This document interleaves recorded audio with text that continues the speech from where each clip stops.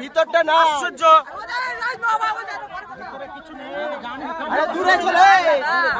চলে গিয়েছে পদ্মা গর্ভে। আপনারা দেখতে পাচ্ছেন এই মুহূর্তে, এর আগেও আমরা একাধিকবার আইএসএফের বিধায়ক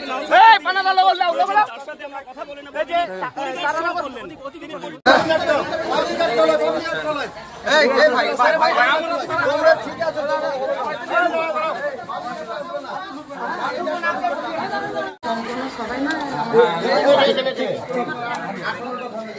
এই কথাটা এখানকার কথাটা বলো তোমরা ভাই মিডিয়ার লোক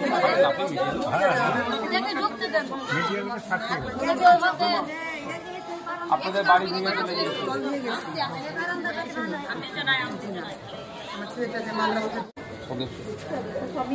এই নাসিম ভাই বিশ্বাস করেন আপনাকে ডুবিয়ে যাবে না, ঠিক আছে। এই ভাইকে আমি একটা কথা বলে যাচ্ছি, ভাই আমাদের পরিচিত অনেক আগে থেকে আমাদের বন্ধুরা আছে এখানকার আমাদের জেলা পার্টির প্রেসিডেন্ট আছে, দিয়ে দিয়ে যাচ্ছি না। এক সপ্তাহের মধ্যে আশা করছি আপনাদের ডেকে সার্ভে করছি, কি হচ্ছে না হচ্ছে আপনারা দেখুন। কি বলছি আমি কি বলছি শুনুন, কালকে এখানে আসবো বলে আমি কালকে রাত্রে আমার উকিলের সাথে কথা বলেছি যে এই মানুষগুলোকে কীভাবে বাঁচানো যায়। আমার তো অত টাকা নাই যে আমি সবাইকে ঘর করে জায়গা দিয়ে ক্ষমতা আমার নাই, কিন্তু কীভাবে বাঁচানো যাবে। উকিল সাহেব আমাকে যে যুক্তি দিয়েছে, কার কি ক্ষতি হয়েছে আপনার একটা লিস্ট করতে বলবেন। আপনাদের বলে যাচ্ছি কার বাড়ি গেছে, কার জায়গা গেছে। শুনো না মা, আমার তোমাকেও বলছি, তুমি একটু শুনে না, আপনারা শুনো, যে আপনারা লিস্ট করে রাখুন। এবার যদি পুনর্বাসন ঠিকঠাক না দেয়, চুপ করে বসে থাকলে তো আপনাদের জন্য আমি আইনি লড়াই করবো, মাঠে ময়দানে লড়াই করবো। আমাদের জেলা সভাপতিরা আছে, বুঝতে পেরেছেন। একটা কথা বলছি, আজকে যারা পরিজন করে ভিডিওতে ডাকছে তাদের আজকে পরিজন যাবে ডেকেছে, তো ওরা কি বলবো, ওরা কি যাবে? হ্যাঁ যাক না, সবাই যাবে, কোনো জায়গায় আটকাবে না, যাক যাক। যে কি বলছে না সব সত্যি কথা বলবেন, যতটুকু ছিল যা ছিল সত্যি কথা বলবেন।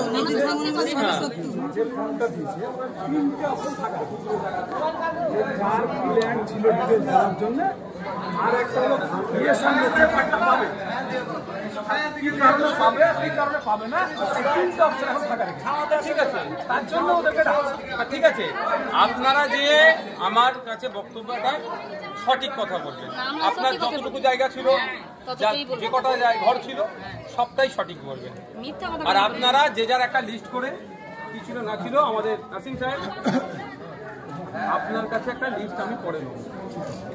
ওই যে 138টা পরিবারের লিস্ট আমি পরে না, যদি এখানে ঠিকঠাক করে হয়ে যায় তো ওয়েল অ্যান্ড গুড, আলহামদুলিল্লাহ, কোনো অসুবিধা নেই। আমরা চাইবো পুরো বিতর্কে না গিয়ে যেন যাদের পদ্মার ভাঙনের বাড়ি ঘর তলিয়ে গেছে তাদের পুনর্বাসনের মাথার উপরে ছাদের ব্যবস্থাটা করে দেওয়া হবে। যদি ছাদের ব্যবস্থা না করে এখানে কেউ ডিস্টার্ব করে, তুমি তো সই করবে না, আমি আপনাকে বলছি আপনি সই করবেন না, দুনিয়া হিলে যাবে, আপনি আপনার জায়গায় থাকবেন। আপনি লেবার জনপ্রতিনিধি, আমি আপনাকে একটা অনুরোধ করবো, বাকিটা সরকারের ব্যর্থতা, আপনার ঘর গেছে সরকারের।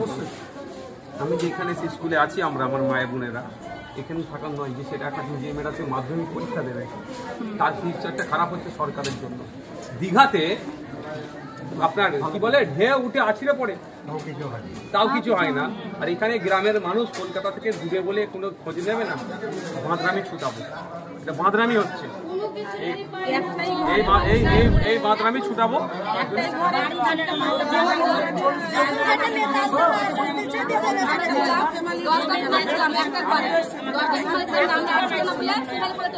তো বলছি খেলা মেলা করে হাজার হাজার কোটি টাকা নষ্ট করছে, তাহলে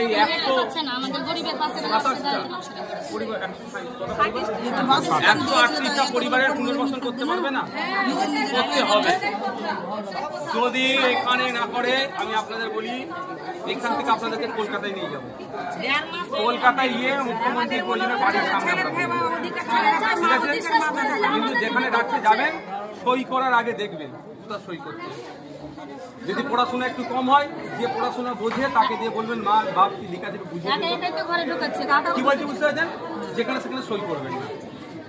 সই করার আগে আপনি আপনার বিশ্বস্ত লোক যে মনে হবে যে আমাকে সঠিক বলবে, যদি আপনি পড়ে বুঝতে পারেন তো ভালো কথা, না বুঝতে পারলে যাকে মনে হবে যে এই লোকটা আমার সঠিক কথা বলবে তাকে ডাকবেন, বলবেন কি বলছিল বুঝিয়ে দাও, সই করবেন। সইটা শুধু দেখে করবেন।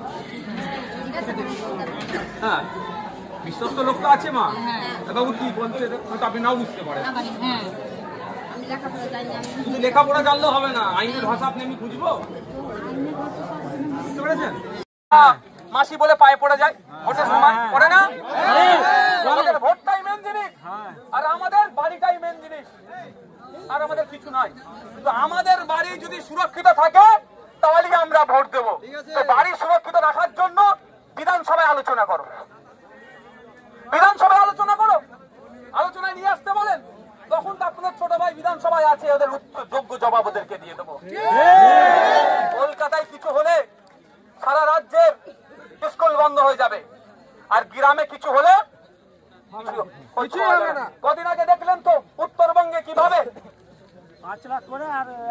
ওদের সমস্যা মিটে গেল, ওতে কিন্তু সমস্যা কি মিটবে?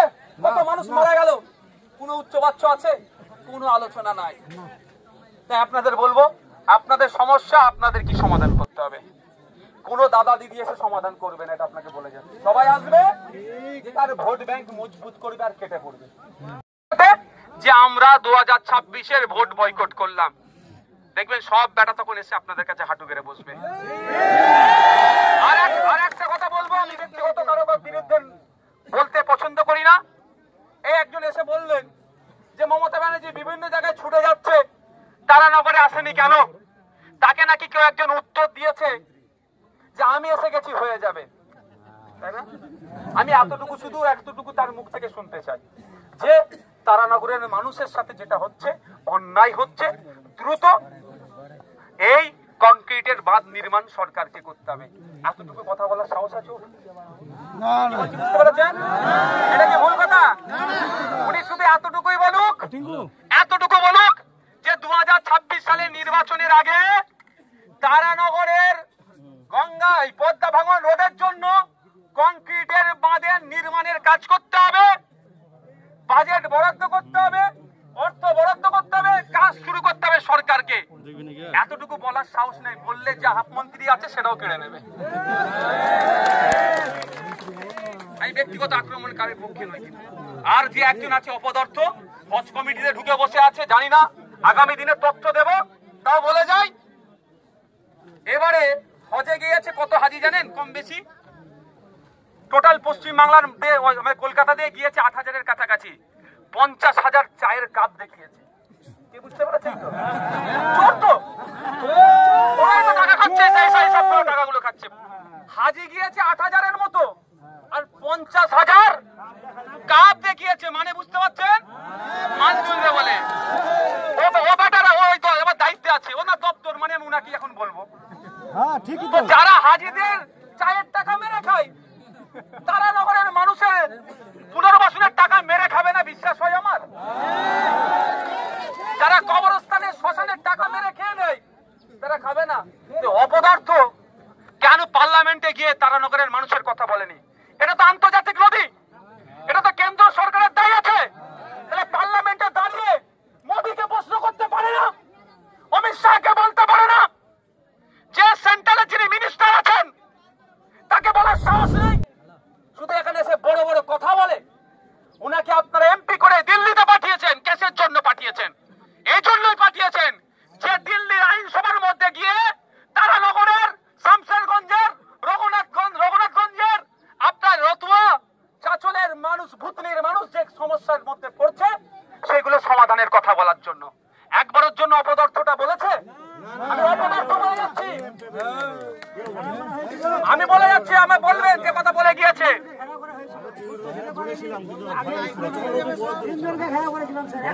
কি বলছি বুঝতে পেরেছেন? আচ্ছা, যে কাজ করতে পারে না তাকে ব্যর্থ বলবেন না, তো কি বলবেন? অপদার্থ ব্যর্থই তো বলতে হবে। এটা আমি ভালো ভাষা বলছি। আমি কদিন অপেক্ষা করব, যদি তার মধ্যে পুনর্বাসন না হয়ে যায় তখন র ভাষা একটু বলতে হবে। আপনারা আলোচনা করুন, নিশ্চিতভাবে কমিটি আছে, ব্যানার পোস্টার ছাপিয়ে দিন যে আমাদের কংক্রিটের মাঠ নির্মাণের যতক্ষণ না প্ল্যান পাস হচ্ছে আমাদের ভোট বয়কট থাকবে। আর হ্যাঁ,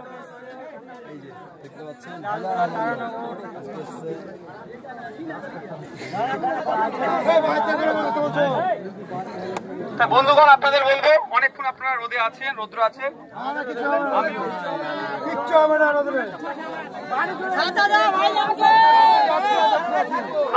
আমারও ভাই এত রৌদ্রে থাকা আমার অভ্যাস নাই, সত্যি কথা বলছি। কিন্তু আপনাদের দুর্দশার কথা ভেবে আমি এখানে রৌদ্রে দাঁড়িয়েই বলছি, বক্তব্য দিচ্ছি। সত্যি আমাকে প্রচন্ড ব্যথা দিয়েছে। মায়েদের চোখের কান্নাগুলো না, চোখ থেকে যখন পানি বার হচ্ছিল আমি দেখে এলাম, আমাকে প্রচন্ড ব্যথা দিচ্ছে যে আমরা কোন জায়গায় দাঁড়িয়ে আছি। এক মা বললেন যে আমি খেতে পাই আর না পাই, অন্তত মাথা গুজার জায়গাটা যাতে সরকার তাড়াতাড়ি করে দেয়, একটু আপনি দেখবেন। আপনি একটু বিধানসভায় রাধা কৃষ্ণ দায়নগরের কথাটা উত্থাপন করেন। একদম নেতা বিধানসভায় কথা বলার মুখ নেই, আপনি একমাত্র আপনাকে ভরসা।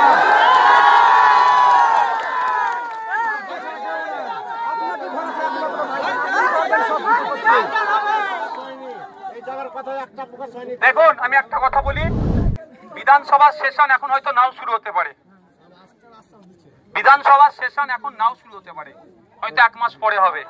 এটাও জানিয়ে রাখি, আমাদের রাজ্য সরকার না বিধানসভাও চালাতে চায় না, বেশি দিন চালায় না, খুলবে 2-4 দিন করবে আবার বন্ধ করে দেবে। ঠিক যেমন বাচ্চাদের স্কুল 2 দিন খুলছে 4 দিন বন্ধ, বিধানসভাই করছে, কারণ উত্তর দিতে হবে আমাদের কাছে। তারপরে আমি বলছি বিধানসভায় তো তুলবই, জবাব তো চাইবই, প্রশ্ন তো করবই। তারানগরের মানুষের হয়ে আমি কথা বলবো, তারানগরের মানুষের জনপতি না কথা বললো আমি কথা বলবো আপনাদের।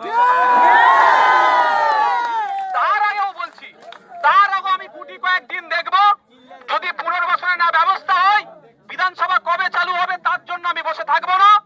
আমি আবারও বলে যাচ্ছি, আপনাদের শুধু এতটুকুই কাজ করতে হবে, যারা ইফেক্টেড হয়েছেন তাদের থেকে 2-4 জনকে কলকাতায় একবার হাইকোর্টে পৌঁছাতে হবে।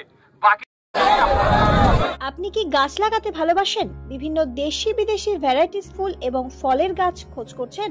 তবে আর দেরি না করে চলে আসুন মা মিনতি নার্সারি এবং বোটানিক্যাল গার্ডেনে। পরিচালনায় সুমনা নাথ। আমাদের ঠিকানা কমল কুমারী দেবী মডেল স্কুল মোড়, রঘুনাথগঞ্জ, মুর্শিদাবাদ। মোবাইল নাম্বার 8348857572 অথবা 9732447572। স্বপ্না কম্পিউটার, যেখানে আপনি পাবেন একই ছাদের তলায় বিভিন্ন নামি দামি branded computer, desktop, laptop, keyboard, printer, সিসিটিভির মতন আরো অনেক কিছু। তাই আর দেরি না করে আজই চলে আসুন আমাদের ঠিকানায়। স্বপ্না কম্পিউটার, রঘুনাথগঞ্জ বাস স্ট্যান্ডের বিপরীতে, মুর্শিদাবাদ। অথবা বিশদে জানতে আজই কল করুন 9735388488 বা 9732844398 এই